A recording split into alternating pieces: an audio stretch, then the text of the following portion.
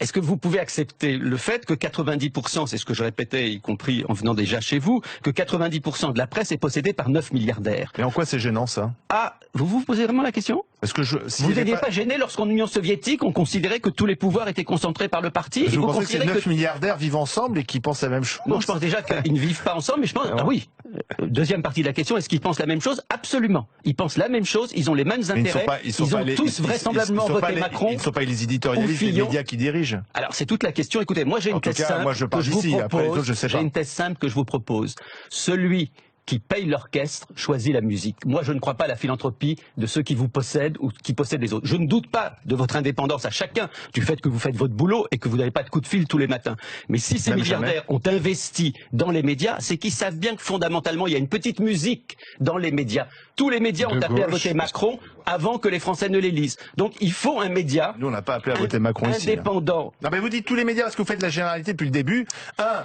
Vous voulez 90% des médias? Je termine. Drahi nous a jamais passé un coup de fil. Moi, il n'a pas besoin, c'est ça qui devrait vous inquiéter. Non, et je me rappelle que Drahi, il est propriétaire de Libé, l'Express, BFM TV, et notamment. Et puis la deuxième chose, c'est que à RMC, personne n'a appelé à voter personne.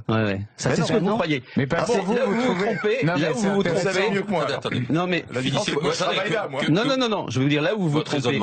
Mon raisonnement est très simple, c'est que de même quand, si vous prenez un exemple historique, en 2005, au moment du référendum sur la Constitution européenne, tout le monde expliquait qu'il fallait voter oui, sauf le peuple qui a voté non. De même, à cause du danger Le Pen, tout le monde a expliqué qu'il fallait voter Macron. Vous allez me dire, ah ben je l'ai pas dit clairement. La petite musique générale des médias, c'est ça. Ils sont obligés de mentir. On parle toujours de l'objectivité à la télévision ou dans la presse. Il n'y a pas de problème d'objectivité, il y a un problème de mensonge. Regardez.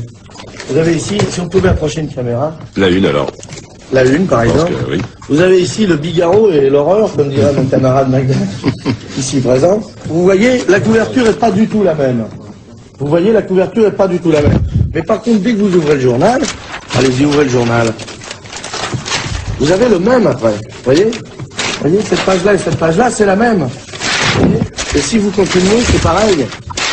Voilà. Vous voyez, moi, je n'invente pas. Je les invente pas, moi, les trucs. Vous voyez, c'est écrit dessus, là. On a deux journaux rigoureusement identiques. Est-ce qu'on voit ça? Hein? Regardez. Vous voyez? Les gens qui achètent Laurent n'achètent pas forcément le Figaro, mais c'est les deux mêmes. Alors, je voudrais pas dire que je revendique le droit de râler contre tout ça, mais j'ai l'impression quand même qu'on est un peu cerné. Qu'est-ce que vous en dites? On n'est pas cerné, vous? Franchement, c'est énorme, non?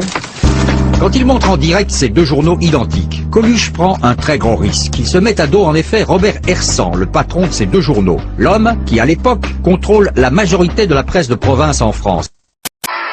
Coluche est mort dans un accident de moto près de Grasse. Il avait 41 ans. Il nous a fait rire. Ce soir, on pleure.